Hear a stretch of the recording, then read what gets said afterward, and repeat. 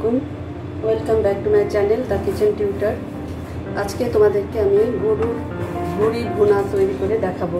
গরুর ভুঁড়ি ভুনা কিভাবে করতে হয় তার জন্য আমি এটাকে খুব সুন্দর করে পরিষ্কার করে একদম ক্লিন করে নিয়েছি। এখানে কোনো রকম কোনো ময়লা টয়লা নাই। দেখো কিভাবে ছোট ছোট টুকরা করে একদম কেটে নিয়েছি এরকম। তো সাধারণত দেখা যায় যে গরু অথবা খাসির ভুঁড়িতে প্রচুর চর্বি থাকে, যার জন্য এটাতে আমি প্রচুর পরিমাণ তেল থাকে। এখানে 2 কেজি পরিমাণ ভুঁড়ি আছে। এটাকে অনেকে বটি বলে, আমরা অবশ্য এটাকে ভুঁড়ি বলি। যাই হোক, আমি যে স্টাইলে রান্নাটা করব পুরোই সম্পূর্ণ আমার আম্মু বা আমার মা যেভাবে রান্নাটা করতো আমি সেইভাবে রান্নাটা করব।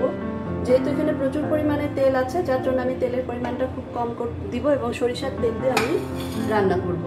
তো এখানে আমি পেঁয়াজ নিয়েছি 2 কাপ পরিমাণ। এখানে আমার পেঁয়াজ আছে। ভুঁড়ি ভুনাতে মশলাটা বেশি লাগে, যার জন্য আমার মশলার পরিমাণ আমি বলবো বেশি আছে। 2 কাপ পরিমাণ পেঁয়াজ আছে, আমি এখান থেকে কিছুটা দিয়ে দিলাম আর অল্প সামান্য কিছু রাখবো বাগারের জন্য।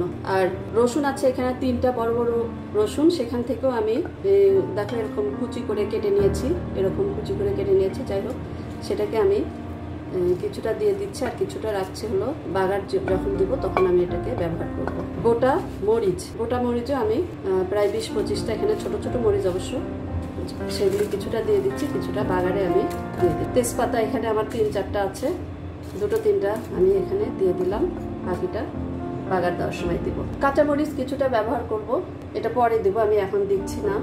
নামানোর আগ দিয়ে আমি কিছু কাঁচামরিচ দেবো যেন ফ্লেভারটা ভালো আসে। গোটা ধনিয়া ব্যবহার করতে হয়, আমি গোটা ধনিয়া এবং জিরে দুটোই দেবো। ধনিয়াটা দিলাম, আমি জিরেটা পরে দিচ্ছি। 1 চা চামচ পরিমাণ আছে গোটা ধনিয়া এবং জিরে। এই যে দারুচিনি আমার 3-4 টুকরা আছে এখানে, ছোট ছোট টুকরা। কালো এলাচ 2টো আছে এবং সাদা এলাচ 3-4টা আছে, দিয়ে দিলাম। লং এবং গোলমরিচ, ফ্লেভারটা ভালো আসে। লং এবং গোলমরিচ অবশ্যই দিতে হবে। 10-12টা গোলমরিচ আছে এবং 5-6টা লং আছে,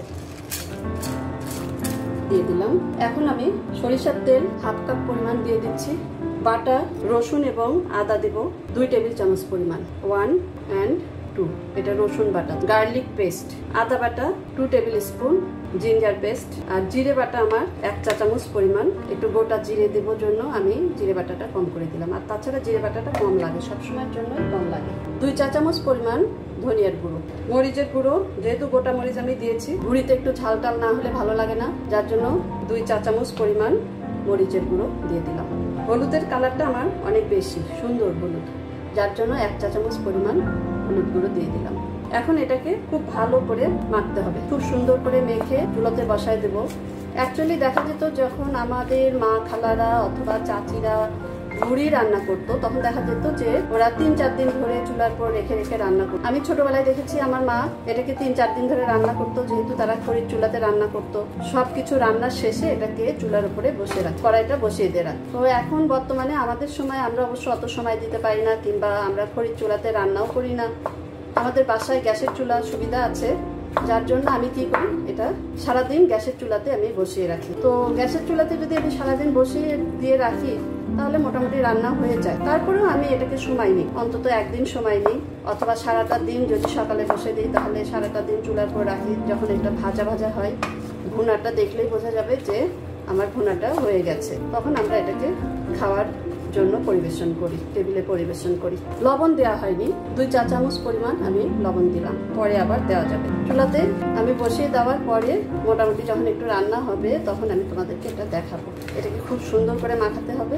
তার একটা বিষয় খেয়াল রাখতে হবে, যেটাতে মশলার পরিমাণটা একটু বেশি লাগে। অনেকে অনেকভাবে এটা খায়, তবে আমরা যেভাবে খাই আমি বলবো অত্যন্ত টেস্টি, খুবই সুন্দর হয়। যে খাবে আমার মনে হয় যে সে আমাদের বাসায় যদি কেউ খায় তাহলে সে আরেকবার খাবে, কারণ অনেকে আছে যেটা খেতে চায় না।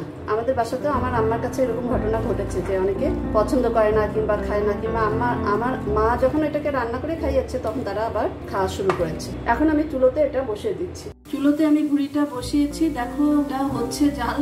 আমি দেখাবো তোমাদেরকে, প্রায় 10-15 মিনিট আমি এটা জাল করেছি।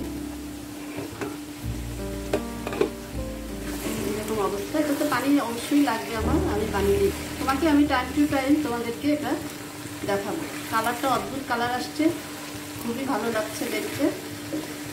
আই থিঙ্ক দ্যাট এটা আমার খুবই মজা হবে খেতে। এই দেখো কত সুন্দর কালারটা আসছে। ওকে, আবার নেক্সট টাইম দেখা হচ্ছে আমাদের। ঢাকনাটা খুলছি। চুলার উপরে খুব আস্তে লো ফ্লেমে আমি এটাকে বসিয়ে রেখেছি।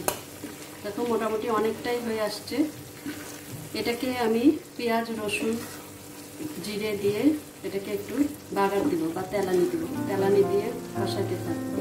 এটার আসলে রসুনটা খুব ভালো স্বাদ নিয়ে আসে। গোটা গোটা রসুন আমি আরও খানিকটা দিয়ে দেবো। যাই হোক, যখন আমি বাগার দিই তোমাদের সামনে আবার ফিরে আসলাম তোমাদের সামনে। প্রায় সারাটা দিনই আমি গ্যাসের চুলার উপরে খুব লো ফ্লেমে রেখেছিলাম। আস্তে আস্তে ধীরে ধীরে জাল হচ্ছিল। মাঝে মাঝে এসে আমি নেড়ে দিয়েছি এবং 2 বার আমি প্রায় হাফ লিটার পানি দিয়েছি। 2 বার 1 মগ করে, অর্থাৎ কোয়ার্টার করে হাফ লিটার পানি আমি দিয়েছি। আমার মনে হয় এটা মোটামুটি হয়ে আসছে। এখন হয়ে আসছে, ইচ্ছা করলে আমরা এখনও এটা খেতে পারি। দেখো এটার এইরকম একটা পজিশন আসছে। এরকম খুব সুন্দর একটা কালার চলে আসছে। আমি একটু মুখে দিয়ে দেখলাম সবকিছু ঠিকঠাক মতন আছে। এখন আমি এটাকে বাগার দিব। রসুন এরকম করে কোয়া করে খুলে নিয়েছি, সেটা দিয়ে দিলাম। রসুনটা খুব ভালো লাগে। মুড়ি ভুনাতে রসুনটা খুবই প্রয়োজন, অতিরিক্ত স্বাদ বর্ধন করে। একটু সময় লাগবে। আমার রেসিপিটা যদি তোমাদের ভালো লাগে অবশ্যই লাইক শেয়ার কমেন্ট করতে ভুলবে না। যে যেখানে থেকে দেখো না কেন ইউটিউব চ্যানেলে এসে অবশ্যই কমেন্ট করবে, লাইক করবে। যারা সাবস্ক্রাইব করেনি তারা সাবস্ক্রাইব করবে এবং পাশে থাকা বেল আইকনটি অবশ্যই প্রেস করবে যেন নেক্সট রেসিপি নোটিফিকেশন তোমরা আগেই পেয়ে যাও। যাই হোক, পরিস্থিতিটা আমাদের ভালো না, সবারই আমাদের মনটা ভীষণ খারাপ। আমরা আসলে অ্যাকচুয়ালি গরু এবং খাসির ভুনাটা দুটোই একই রকম পদ্ধতিতে আমরা এটা রান্না করতে পারি। খাসির ভুনাটাও তাই এই একই পদ্ধতিতে রান্না করতে হবে। খাসির ভুড়িতে একটু খাসির যে একটা আলাদা গন্ধ থাকে, এই গন্ধটা দূর করার জন্য আমাদেরকে মশলাপাতি একটু বেশি দিতে হয় এবং এই একই প্রসেসে সেম প্রসেসেই আমাদেরকে অগ্রসর হতে হবে। আচ্ছা, এটা একটু ব্রাউন হয়ে আসলে আমি পেঁয়াজগুলি দিয়ে দেবো। পেঁয়াজগুলি দিয়ে দিচ্ছি। প্রায় 2-3টা পেঁয়াজ আমি মোটা করে কেটে নিয়েছি। পেঁয়াজ 3টা বড় ছিল। নামানোর আগে আমি কিছু কাঁচামরিচ দিয়ে দিব। পেঁয়াজটা আমার ব্রাউন হয়ে গেছে। এখন এর ভিতরে আমি শুকনো মরিচ ছোট ছোট কাইটা রেখেছি, এগুলি দিয়ে দিলাম। একটা ভালো ফ্লেভার চলে আসবে। হালকা পরিমাণ জিরে, গোটা জিরে, সেটাও দিয়ে দিলাম। পেঁয়াজ রসুন আমার ভাজা হয়ে গেছে। এগুলিকে আমি এখন শিফট করে এখানে দিয়ে দিচ্ছি। পুরোপুরি সবগুলো দিয়ে দিলাম। এটাতে একটা হালকা ফ্লেভার আসবে এবং খেতেও খুব টেস্টি হবে।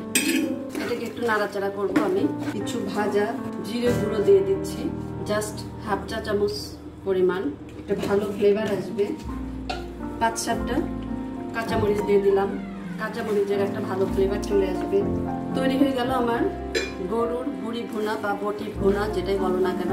তোমরা সবাই ভালো থাকো, ভালো থাকার চেষ্টা করো, এই আশা নিয়ে আমি আজকে শেষ করছি। আল্লাহ।